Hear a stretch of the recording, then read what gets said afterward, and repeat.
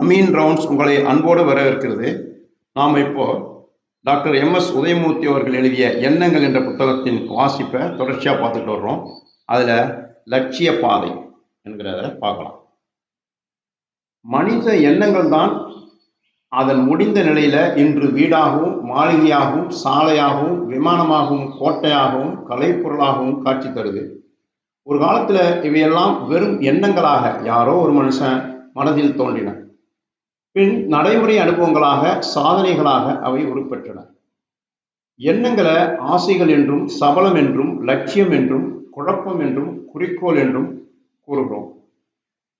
அவை அனைத்தும் எண்ணங்களின் பல நிலைகளை குறிக்குது. அவை எல்லாவற்றிலும் பொருள் பொதிந்தது குறிக்கோள் தான். ஒரு குறியை அடையும், ஓர் இலக்கை நோக்கி செல்லும், என்ன நிலையிலிருந்து சாதனை நிலைக்கு கொண்டு செல்லும் பாதையின் ஆரம்ப இடம்தான் குறிக்கோள். வாழ்க்கையில நமக்கு ஒரு லட்சியம் இருக்கணும். லட்சியம் ஒரு பெரிய பிடிப்பு. வேலையிலிருந்து ஓய்வு பெறுவோர்களின் பலர் இந்த மாற்றத்திற்கு ஆளாகின்றனர். வேலையில இருக்கும் வரை உழைக்கணும் என்ற ஒரு துடிப்பு, ஒரு லட்சியம் இருக்குது. அவர்கள் வேலையிலிருந்து ஓய்வு பெற்றதும் தங்கள் வாழ்க்கையின் வேலை முடிந்து விட்டதாக எண்ணுகின்றனர். இப்படிப்பட்டவங்க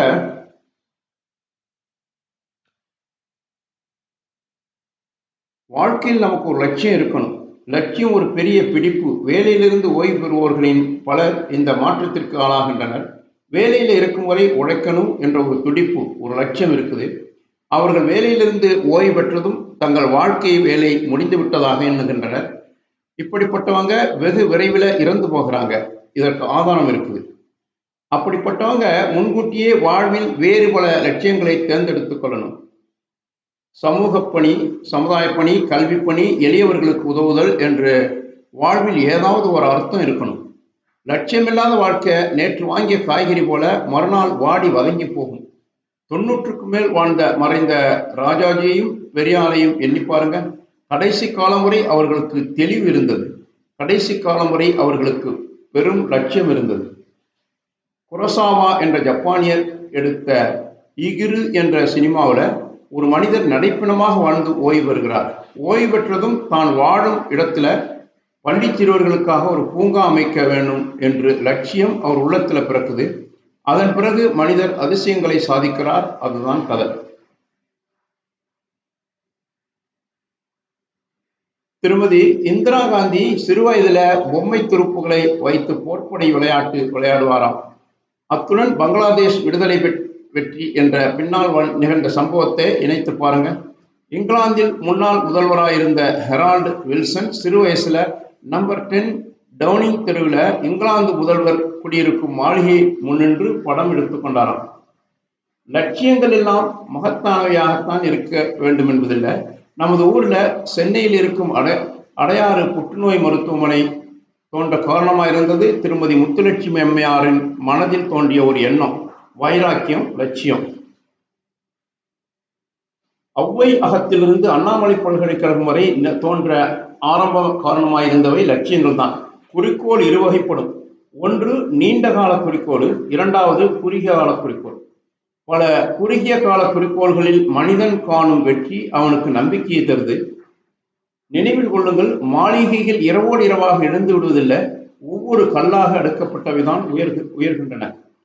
எண்ணங்கள் எப்படி செயல்களாக சாதனைகளாக பரிணமிக்குது என்று பலர் கேட்கிறாங்க. அதை தெரிந்து கொள்வதற்கு நாம் முதலில் மனத்தை பற்றி தெரிந்து கொள்ளணும்.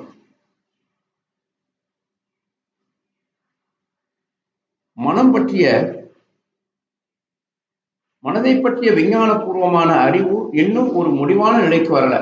மனதை எடுத்து மனம் என்பது என்ன, அது எப்படி எடுப்பது, சோதனை குழாயில் போட்டு குலுக்கி அதிலிருந்து முடிவுகளை அறிய முடியாதபடி மனம் அமைந்திருப்பதால் கடந்த 50 ஆண்டுகள்ல மேற்கத்திய மனோதத்துவ நிபுணர்கள் மன ஆராய்ச்சியை விட்டுட்டு மனிதனின் நடைமுறை பழக்கங்களை, அதாவது பிஹேவியர் ஆராய துவங்கினாங்க. உணர்ச்சிகளின் பிரதிபலிப்பாகத்தான் மனிதன் இயங்குகிறான் என்பது அவர்கள் கொள்கை. இதன் விளைவாக மனிதனின் அதீத மனத்தின் இயல்புகளையோ, மனித மனத்தில் எங்கு அப்படி கற்பனை உதயமாகுது, எங்கு எப்படி தீர்க்க தரிசனம் பிறக்குது, எப்படி மனிதனின் உள்ளுணர்வு மனித வாழ்க்கைக்கு உதவுது என்பது பற்றிய அதிக அறிவும் வளரல. மாறாக மன சக்தியை பற்றி நமது யோகிகளும் ஜப்பான் நாட்டு ஜென் தியான புத்த மத குருமார்களும் சூஃபி எனப்படும் அரேபிய நாட்டு தியான முறை பயிற்சியாளர்களும் நன்கு அறிந்திருக்கின்றனர். இங்கெல்லாம் மன அறிவு மிக வளர்ந்த நிலையில இருக்குது. கிழக்கத்திய மனோதத்துவம் அனைத்திற்கும் இந்தியாவே பிறப்பிடம். நமது யோக சாதனைகளே அவற்றின் மூலம். இன்றைய மேற்கத்திய விஞ்ஞானிகள் மறைந்து கிடக்கும் நமது சாதனைகளுக்கும் மேற்கத்திய தர்க்க ரீதியான அறிவுகளுக்கும் இடையே ஒரு பாலம் கட்டி வருகின்றனர். இதன் விளைவாக நமது தத்துவங்கள் நடைமுறை பயிற்சிக்காக காரண காரியம் கொண்ட புது அறிவாக உலகின் முன் வைக்கப்படுது. மனசை பத்தி பார்க்கலாம். மனத்தில் 3 நிலைகள் இருப்பதாக தெரியுது. முதலாவது புலனறிவு. இதுதான் காரண காரியம் காட்டும் அறிவு. பேசுவது, நடப்பது, உணர்வது, சிந்திப்பது, விவாதிப்பது போன்ற காரியங்கள் பலவும் இங்குதான் நிகழுது. இத மனித மூளையின் இடது பாகத்தில் அமைந்திருப்பதாக மூளை மருத்துவம் சொல்லுது. இரண்டாவது ஆழ்மன அறிவு, சப்கான்சியஸ். இங்கு கார் ஓட்டுதல், கைப்படித்தல், வேஷ்டி, புடவை கட்டுதல் போன்ற பழக்கங்கள், இசை, கலை, கற்பனையின் பிறப்பிடம் இவை அமைந்திருக்கின்றன. சில சமயம் திடீரென்று யோசனை பிறப்பது இங்குதான். இது நமது மூளையின் வலது பாகத்தில் அமைந்திருக்குது. மனுஷனை ஹிப்னாட்டைஸ் செய்யும் போது அவன் பழைய கால நினைவுகள் எல்லாம் இங்கிருந்துதான் புறப்படுகின்றன. மூன்றாவது பிரபஞ்ச அறிவு, அதாவது யூனிவர்சல் மைண்ட். இது எங்கே இருக்குது என்று மனோதத்துவ ரீதியில ஒன்றும் விளங்கல. ஆனால் இந்த அறிவு பிரபஞ்சத்துடன் தொடர்பு கொள்ளுது. எதிர்காலத்தையும் இறந்த காலத்தையும் இது அறிகிறது. இவ்வறிவின் நமது ஞானிகளின் தொடர்பு கொண்டிருக்கிறாங்க. நாமும் தொடர்பு கொள்ளலாம் என்பதை தவிர அதிகம் தெரியல. மூன்றாவது கண் எனப்படும் பினியல் கிளாண்ட் உறுப்புக்கு அத்தகைய தொடர்பு இருக்குமோ என நினைக்கிறாங்க. நமது புலனறிவு பிரச்சனைகளை அலசுகிறது.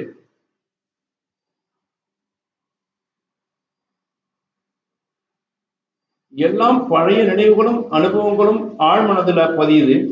ஆழ்மனம் சில சமயம் கனவுகள் மூலமும் சில சமயம் உள்ளுணர்வு மூலமும் விஷயங்களை ஆராய்ந்து நமது புலன் அறிவுக்கு வழிகாட்டுது.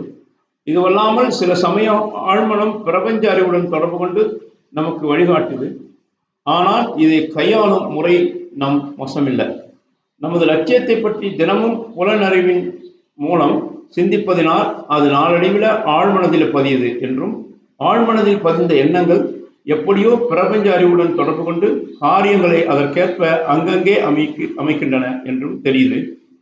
காரியங்கள் இப்படி அமைவதைத்தான் தெய்வாதீனமாக அமைந்தது என்று நாம் கூறுறோம்.